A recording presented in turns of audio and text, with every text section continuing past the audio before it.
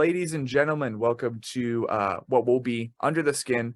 And this is another session for episode 27 of the Anatomy podcast featuring Brandon Singleton, Josh Hushton, and Bruno Clay of To Obey A Tyrant. Their new album, Omnimalevolence, has just released this weekend alongside another record we did an Under the Skin session before.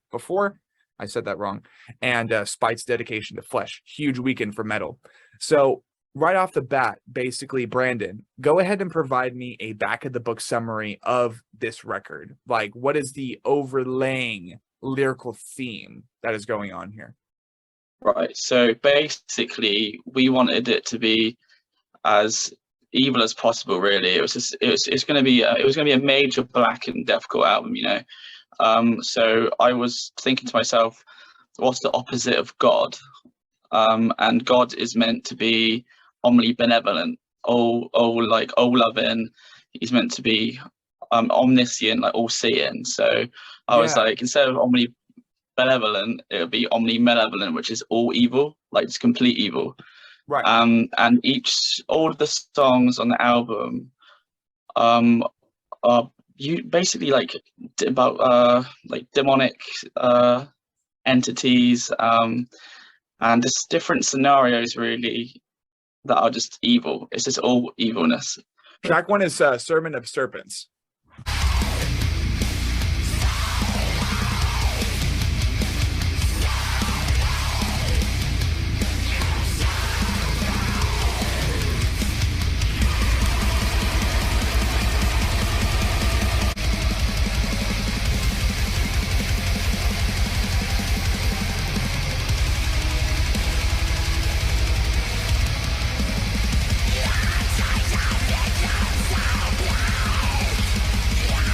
Sermon of Serpents, yeah, rad. Yeah, so basically, everyone, if you know what a sermon is, obviously a priest gives a speech in the church.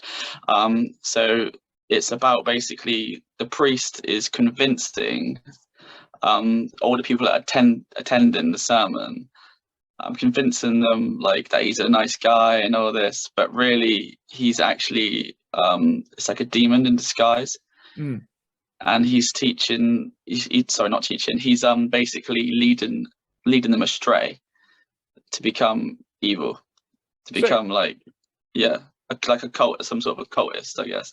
Yeah, which that's just like freaking priest and cult goes hand in hand these days because people are just learning more and more shit. So that makes absolute sense. How about track 2, Sanctus Infernum, featuring our boy from the Stygian complex, Kyler Cheek? Like, what the fuck is up?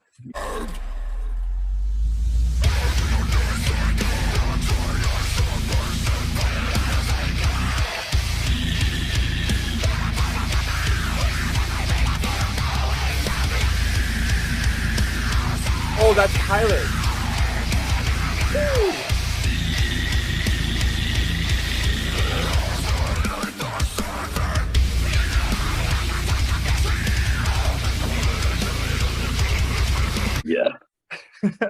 Yeah, man.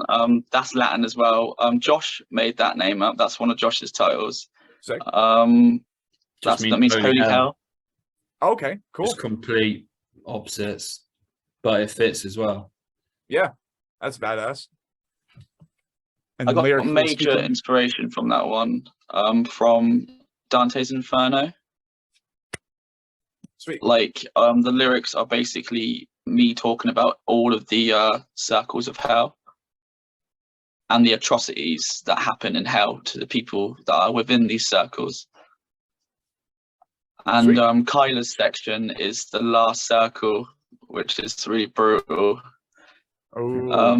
Like in the very last circle, Betrayal, Lucifer is in the circle and he's like weeping because he's actually upset that he's in hell. Like, believe it or not, if you read Dante's Inferno, you'll know he's crying and he's chewing on traitors and like other traitors that have died from Earth and like gone to hell.